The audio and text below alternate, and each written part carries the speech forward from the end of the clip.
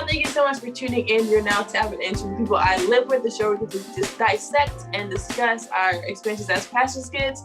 So if you grew up in a church... Wait. Run that intro back. What did you say? What did you say? Run that back. What'd you say? Did y'all hear what she say? Did y'all hear what she said? I didn't say anything out of the normal. I thought it sounded like she said something extra in there. No. All right. Anyway. Okay. I'm just checking. All right. Anyway. No, I thought she said so. Okay. Yeah. Anyway, This is the People I Live With podcast. You know what I'm saying? I'm glad you could tap in today. You know what I'm saying? We got Erica here, the host. We got John right below me. He's the co-host. I'm your guest. And we got another special guest here. Too, David. You're a host we got another special guest, Chris here joining us. What's up, Chris? What's good, Chris? From the 717. You know what I'm saying? Actually, that's not 7. It's 918, ain't it? Never mind. I messed that up. I was thinking that 918 stand up. What's good? No, I'm playing. But so we're tapping in. These are my 3 cousins, Chris, Johnny, and David. They're all brothers from the same mother and father. Okay. And we're going to ask Chris some questions. We're going to get into this tea. What were some of the perks of being a pastor's kid? If there were any. I guess, I don't know, from the only thing that stands out from like the childhood is just meeting different people all around the world. They can't. Yeah, that's true. That's a good answer. For free. Yeah. Yo, Family Feud, good answer. That's a good answer. Like that's a solid answer. That's a good answer. Yeah. The mayor had came through and came to the house. Oh yeah, the mayor was at our house. I remember. Yeah, because you had to dress nice and not that crazy. And also that's a good answer though. I didn't think about it. Food. A lot of restaurants. Bring the food. You can't be able to eat with all these well-known people for free. Mm-hmm. Yes. I can't believe I didn't see that first. Yeah. Didn't you hate when people will come up to you acting like they know you, but it's like I don't know you. Like I don't know who you are. I have no idea who you are. I have no idea who you are. Introduce yourself. Please introduce yourself. That actually happened here in Tulsa. Going to Transformation Church, somebody who knows, I guess, Uncle Ray and Dad. Yeah. This lady recognized me because I look like Dad. And she was just like, "Are you a Green?" And I'm just like, "Yeah." Like we don't look alike. We do. Wish we do. Erica, you gotta let this go. Erica, we look related. I just don't see it. So I guess we do. I just don't personally see it, but other people have come up to me like, "Oh, what's up?" I'm like, "Hi." So, but yeah. So, Chris, what do you think of the pressures? Were there any pressures of being a PK? We kind of touched on this a little bit in the first part of the episode, but any pressures of being a PK? Yes. Yes. the pressure of well, for me personally, the ones that stick offhand is knowing all the rules to being a Christian, like knowing the books of the Bible off the cuff. I don't. Right. I'm 35. I don't remember them all. I can't name them all, but you hand me a Bible, you name a book, I'll thumb to it. I'll thumb through. Hey man, you give me a concordance, I'll give you some law. Got you. I got you. Got you. Off the top of my head, though, no, not at all. Oh. But I don't know, like other stuff that's like background. To me, it's like background noise. What people think because you're a pastor's kid, you're up here for some odd reason. I'm not. Dude, I'm 12. Like, dude. Very much right. so. Right. But no, I feel that. And also, flip flop, do you feel like as pastors' kids, people put adult responsibilities on you as a child? Yes. Like why, and like, or if you can think of, I can think of an example, but I know it to be true. Like, but what, like, give me an example, or just like, why do you feel that way? I feel like they don't give you grace to be a kid. Absolutely. Like, kid is gonna be a kid and do things. Like, even if it is in church, like, kids are gonna wild out. They're gonna play. They're gonna joke, and it's just like, that's what it is. Like, you could correct a kid 30 million times and be like, don't do that. They're gonna do it because kids gonna be kids, and it's just like they don't give you a grace to do that. Like, we gonna jump on the pews. We gonna crawl under. We gonna roll under the pews. We gonna jump on them. We gonna stick gum underneath the pew. Like, you know what I mean? Like, this is what we gonna. This is what we're gonna do. You know what I mean? This is what we're gonna do. We still kids. Yeah. Full confession. Me and Ariel probably destroyed the first generation pews that we ever bought in Metro. What? Me and Ariel single-handedly destroyed every pew in that building. Why are you throwing Ariel under the bus? I know Ariel didn't even Ariel didn't do nothing. Sorry, Ariel. You just got thrown under the bus for destroying pews and property. It is, but there were accomplices. Yes. Okay. I will happily throw me and Ariel on the bus. It's because we're old enough when nobody can give us whoopings. That's true. But yeah, I definitely think that married with kids, well, Ariel has kids, yeah. But I really do think that, you know, David, you put it perfectly, like, you know, pastor kids don't get the same grace just to be a kid. You know? I'm a kid. Like, I'm a kid still. I'm still a kid. Like, cool. Yeah. My daddy the pastor, but that don't mean nothing to me. Like, that's just daddy. Like, that means nothing to me. That means nothing to me. Yeah. So along this same vein, what are some of the things that you understand and appreciate about mom and dad now that you're older? I vastly appreciate everything they've ever taught me about life. Not about church, about life. Yeah. I vastly appreciate all the yelling matches between me and dad. Really? Yo. I would fight dad, and I'm like, Dad, it's not that. That's not that. I would just fight him on everything. And it'd be funny because Chris be wrong and he'd still be fighting. Yes. I admired that about you, Chris. I never said that, but I did. I was like, you know what? Chris about to fight him to the ground. Dead wrong. There was one time I fought and I was right, and Dad admitted it. And that was all he needed to go on for the rest of his life. That one experience. I think one of the things that like I could really appreciate about mom and dad is that even like in that situation, like if they were wrong, they would admit it and they would come back and apologize to us. Like that was something I always appreciated as a kid. Yeah. That's good. That's good. My parents too. And I feel like I didn't really realize how rare that is, especially in the Black community. Me either. When I tell people that, they're like, what? You're like, yeah, I mean, wrong is wrong, right is right. Like, it's not complex. Yeah.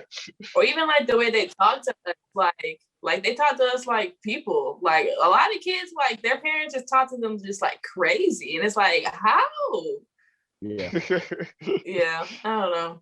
But Chris, you know, I don't know if you ever heard, I always ask this question because I have two questions I always have to ask each person. The first one I like to ask is about, and I promise I will get a shirt that says this, say no to church groupies. But Chris, have you heard my explanation of what a church groupie is? No? All right, look. I think I know though.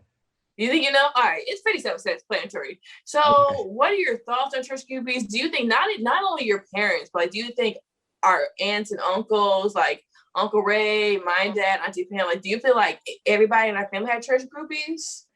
Yes. Don't you say no names. Don't say any names, please. Please don't say names. We all know the one, Chris. We all know the one. There's like the thing. But anyway, Chris. Anyway.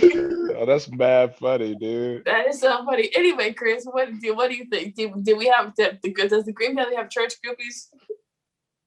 I would say yeah. Yeah. Yeah, he did. And I don't know why. What do you mean you don't know why? Because we're a pastor's family. Like we're pastors. Pastors have groupies up. We don't do nothing special. Like right to us. We don't do nothing special. We don't do nothing special. I agree, but I gotta wash my drawers just like y'all. I mean, dang. My parents stink just like the rest of y'all. They got a shower. Like, ain't nothing special about them. They ain't gonna make you closer to Jesus. Yes. That is the slice of that's the slice of knowledge I want to leave is why do people feel like they have to be around the leaders in the church in order for God to see them different? Ooh, why I'm gonna repeat that. Why do people have to feel like they have to be near the leaders for God to see them? Chris, you gonna make me say that word, Chris. That's a word. That's a word. Ooh, Chris. That is a whole message. I know. Listen, okay. Boom. Nah, that's true though. Like that's actually a good question. Yeah. Thank you for tuning in. My goodness, that's good. Wow. Like, why do people feel, well, first of all, I want to say two things. Number one, like for us, obviously being in the family, like obviously like they don't do nothing special. Like they go to work, they do the same things. Like, but to other people, right? Like I can see from outside looking in, like how dynamic and how captivating Uncle Ray is when he speaks. Same with your dad, or like how amazingly talented Auntie Pam is, or how awesome like our cousins are. Like from the outside looking in, like I could see why they'll want to be around them just because like how captivating and how like did you know just how and like how well they speak and just how awesome they are, like the call God. So like so when y'all say like I don't know why, like I get why, like I understand. Like for us it's like they're just whatever, they're family. But like from outside, I felt like there were so many cool people at church though. Like I looked at other families and I thought other families were cooler than our family. I'm like, man, I want to go with them. Like, yeah. That's fair. That's fair. But yeah, we definitely have church groupies. Do you feel like we had church groupies in Harrisburg? No. Listen, you know who's your groupie? Your grandma. She came faithfully. She is probably your only church groupie. I love grandma. Yeah, she was there. Ride or die. Do y'all think there are any positives? Grandma was less than that lady who was singing. Bruh. That was the funniest thing I've ever seen. I love grandmas making fun of people, like, but not making fun of people. They do it so well. It comes with age. Oh, yeah. Oh my God. I can't wait till I get to that level. Me neither. David's gonna be dangerous because David's already savage now. David's gonna be dangerous. No, I'm not gonna say that. I'm just gonna look and smile and laugh at people. That's all I'm gonna do. But seriously, do y'all think there are any upsides to having groupies though? Like the question just like came to my head. Like, do you think that because like the clothes y'all got, the people bring you presents, you might get some food. People take. They come with those things come with strings, and it ain't worth it. I do know my parents have given stuff back to people because like they thought that was a way to like buy their opinion. Like, oh, you're gonna listen to me now. It's like no. Like, and if that's what you thought, that you can have you can have it back because no, that's not how we work. That's true. No, you take that back. How did you feel when like people came around uninvited and like encroached upon like our family time, whether it be us by ourselves, like me, you, David, mom and dad, or like with the whole family? Like, how'd you feel? Anytime I saw it, it's just that it's encroaching. I mean, us being us, different personalities in the family, they'll probably, reach out and be like, okay, what's up? What you need? And if it's an actual serious issue, we'll deal with it. But if you ain't on nothing, then I feel we'd eventually be like, all right, you gotta go. But I mean, it probably happened a lot more. Yeah, right. It probably happened a lot more, but since we were either kids or teenagers, we really never paid attention to it. I feel like when we were in our preteens and teenager years, we would actually see that happen. And then of course we would all look at each other like, why are they here? What is this? What's happening? But beyond that, yeah. Like, how do you know where I am? You are federal. You're the feds. Yeah. Yeah. I still don't know to this day how people find out. Nobody can figure that out. Nobody knows the answer to that question. How? Because it's like, here's the thing, right? Like, it is very possible that our parents could have told them and we just didn't know. That is possible. But there are times where even they didn't know. So like, Chris, how did you feel like, let's say we were having a holiday, let's say it's Christmas or Thanksgiving or Easter or whatever. And, we're having family time, kicking it with each other, just family, and like somebody outside the family shows up. Like, how did you feel like when that happened? Why are you here?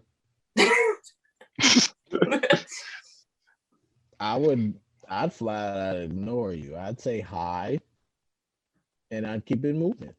I wouldn't start a conversation. I wouldn't finish a conversation. Chris will just leave you on scene. Yeah, pretty much. I don't have memories. I don't have memories of continuing on with people when you just showed up out of the blue during like family conventions and stuff like that. I just didn't, because I don't know why you're here. There's no reason for me to talk to you. I'll say hi, but that's about it. Yeah. I don't know why you're here. I don't know why you're here. How do you know where I'm at? That is the number one question. And by the time we've done with this podcast, I want answers. Because at this point, nobody knows. I want answers. Maybe we should just go to the source. Maybe we should just ask the people who we know are groupies, like, hey, just question. Like, how did you know where we're at? Maybe we should just our next family Zoom call, we need to ask this question. That needs to be the first thing out the gate. Okay. Well, Chris, how do you feel like, how do you feel like you'll do things differently than your parents, if anything?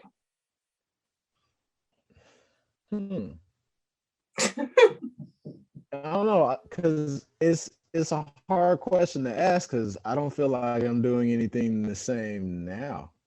Yeah. Mom and dad they've always been real adamant on making sure that we don't necessarily follow in their footsteps or feel like we're pressured to follow in their footsteps. One of the things that Dad told me, he was telling me about Grandpa telling him something. He was just like, I want you to be better than me. That is the family legacy. Be better than me. So that's good. When Grandpa told Dad that, Dad did all he could. And, he was telling me that he doesn't feel like he did, but Grandpa tells him he's doing better than him. So it's just like, okay, I guess I am. So now he's telling me this. So I'm like, I hope I'm doing better than Dad, but I don't know. It's just the kind of stuff I never really thought about it, because it's just like, well, Mom and Dad never kind of gave us that air of, hey, y'all doing the same thing as us, stop it. It was always, keep going. Yeah. Yeah, and I feel like, Chris, you said really two good things. And first of all, I said this on the episode before. I feel like we have to really commend our parents because, Johnny, I agree. Like with my parents, it was never anything, or anybody in our family, like aunts, uncles, whoever. grandma and grandpa. Like, it was never like, oh, you're gonna be next in line, you gotta take over the ministry, you gotta do this. It's like literally do whatever you want, like do whatever God told you, whatever's on your heart, do that. Church members did that, but our own family didn't do that. And I feel like we have to commend them for that, because a lot of that probably isn't the case for a lot of pastors' kids. You know what I mean? And that goes to the second thing that I want to talk about that Chris said, which is like our family legacy is doing better than the last generation. Our family legacy isn't Metro. It is what it is. Our legacy is not Metro Christian Worship Center. It's just not. Yeah. And I feel like that's good. Like I said, like for other church kids, the family legacy in their head might only be that church or that ministry, and that's it. Like that's all you can do. You just live, breathe, and die at that ministry. And I feel like for us, I feel like we really have to commend our family, because they never once pressured us or anything like that. Never made us feel like we had to do it, and also they never pushed it as our family legacy. Like we might have done that as kids, but like I never felt like I had to live, breathe, and die Metro. Like even when I was at Metro, like I never felt like. So I just feel like, and also I mean this in the best way, but I never felt like Metro was my final destination. You know what I mean? I feel like I never felt like I never thought I was gonna leave Metro, because I didn't think that far, but I never felt like, oh, I'm just gonna be in Metro. I'm just gonna basically like live, breathe, and die Metro. You know what I mean? So I really think Chris dropped gems tonight. I like that. Our family legacy is just doing better than the last generation. I feel like with this generation, like with Dave's kids, with Ario's kids, Justin's kids, like all the other kids, like I hope for them is just they do better than we did, and it continue. So Chris, right, Chris. Yeah. Talking right. I guess the last question I have for you then is, what would you say to other pastors' kids that are out there that are still struggling in like the same situation that you were in when you were growing up in church or in ministry? Yeah.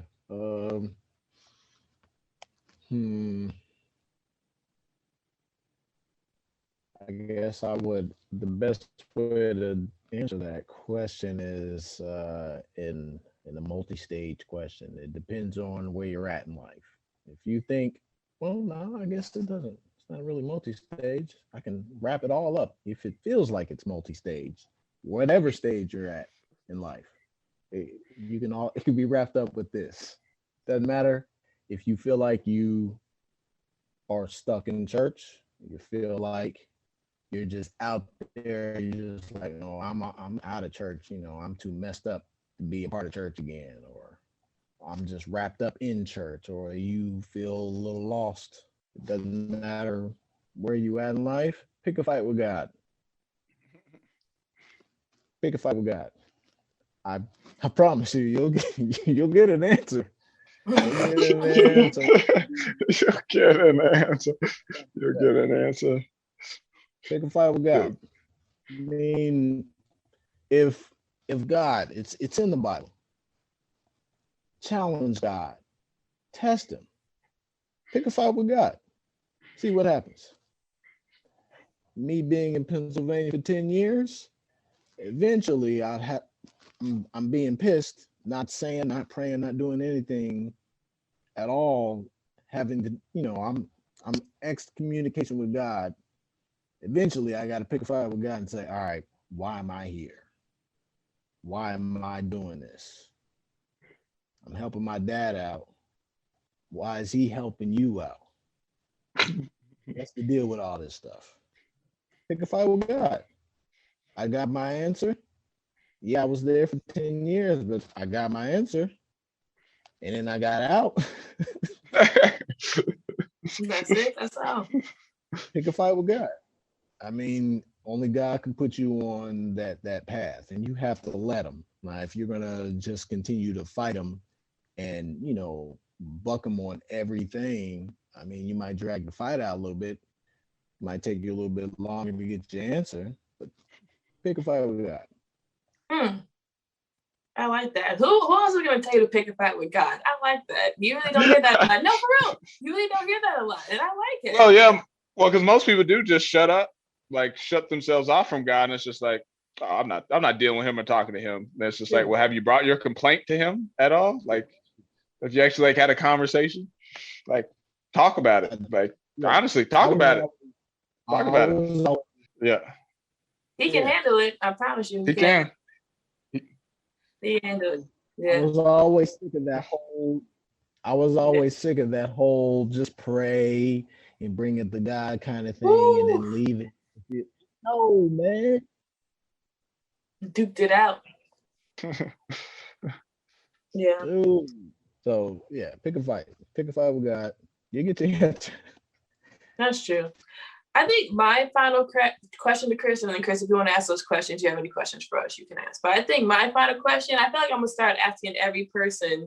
I'm gonna ask you three, and then like each podcast, I'm gonna ask every person. Like, let's say you got a chance to go back to the beginning, and God was like, "Look, I'm gonna give you two choices. You can either live the same life that you lived, like growing up in church and being a pastor's kid, or pick a different life where you necessarily didn't grow up in church, or at least if you did grow up in church, it wasn't as heavily as being a pastor's kid. If you got to do it over again, you got a choice to pick the same life that you lived or pick a different life. Would you do it all over again, or would you choose to pick a different life? 100%, I'd do it all over again. Yeah, 100%. Right. Yeah, I'm saying I'd do it all over again. Yeah. Really? Because I don't think our family would be as close as we were if we didn't have that, to like kind of make us bond over. Because we were at church so much together, doing stuff at church, that it like almost forced us to like be more than family. Like we became friends, and so I would do a lot of, because I don't know if we could have that if we weren't pastors' kids. Like, you know what I mean? I don't think we would have that. Yeah. Chris, also, I don't know what Uncle Ray would do if he wasn't. I mean, I guess he'd be a teacher, actually. Never mind. He would have to be. He would be professor. Yeah, that is very true. Yeah, and I sleep right through his class. For sure. Skip it all the time. All the time. Absolutely. Listen, you get 3 skips a semester, I'm using all 3 the same week. the same week. And it's only a Tuesday, Thursday class, but still. Right. Chris, what do you think? What are your thoughts? Yeah, I wouldn't change anything, because I'm a really big no regrets kind of person, because all the pains, all the good stuff, bad stuff, it makes you who you are in that moment. And I'm really big into sci-fi. So if you go back in time and you change something, you kind of eliminate the reason why you went back in time in the first place. Yeah. That's true. So Back to the Future rules or Terminator rules? Which one is? Oh my God. I also think when we think about going back, we're just like, and changing it, we're like, oh, that's going to be better. And it's like, that's still going to come with its different hurts and whatever, like its issues. And so it's like, at least with this, I know the hurts and I could prep myself for them. You know what I mean? Cue myself up for the hurt. Yeah. That's true. I already know this person's about to do this. I'm ready. Girded up, ready to go. About to break my heart. Could you imagine? We show up, go back in time and show up, and we can tell ourselves we're all old, and we're just like, "Hey, bro, this is about to be doo doo." Brace yourself. It's gonna suck. Brace yourself. No, that's true. All in all, I think I'll probably do it over again. No. I think there's Erica don't believe that. Well, Erica, you don't believe that. No, because I was thinking about it, right? I don't know. I'm in the middle. I think no matter what, I would choose the same family. Like if I could choose, I would still choose my family again. I go back and forth about like choosing the same life. I know for a fact I would choose the same family. That I can say with 100% confidence, I would choose the same family over and over again. Why y'all looking like I'm serious? Stop it. I'm being dead serious. I know for a fact I would choose the same family, but the same, I don't know. I probably would change this. I probably would, because like Chris said, it all led me here. And, Romans 8:28, like all things work together. So I feel like, landing me here, but I don't know. Like, I don't know. I really don't know. Because it's like, if I keep the same family, but like, maybe do a few things differently, that would be cool. But then also, like, if I lived a different life, like, let's say I really wasn't involved in trips like that, I wouldn't be as close to you guys as a child as I was back then, Yeah. So it's like, you never know. So I say I'm in the middle. Like I said, I know I want you the same family, but I don't know if I would do it all over again the same way. Yeah. I don't know. I don't think we would be the same family if we would. Like, if we went back. Yeah, I don't know if we'd be the same. That's true. That's true. Because I was talking, on our cousins, we were talking about this, like, the things that we went through as a family, like, we all like should just be like, like, you're over here, you're over here. We should. Yeah. We're doing our own thing. You know what I mean? But like, it's just, when it comes to my cousins and building my relationship, like, I know I love you, you love me, like, on a surface level, but like, I was like, yo, like, I actually really like them. Like, I like Dave, I like Johnny, I actually like you, and I want to be your friend. Like, even if we weren't family, like, I would want to be around you, and I would want to communicate with you, and I would want to talk to you. You know what I mean? So it's like, yeah, it's really that. So, and again, maybe it's just because of life we lived, like, even though I haven't, we went a long trip without talking to each other, we still have that foundation. You know what I'm saying? So yeah, I think I would still probably choose to live the same life. It's just, just certain, like I said, certain hurt, you're like, I don't want to do that. Like, yeah, I don't want to do that, but I think I would choose the same life, same family, same life. So I would just, what I would change? I'd tell our entire family to take 10% of everything that people give to the church and invest in Apple stock, and then Disney stock. And Disney stock. Just trust me, it's gonna pay off. Trust me. True. Trust me. Yeah. And Disney stock. I promise. Just trust me. You won't regret it. I promise. Listen. Yeah.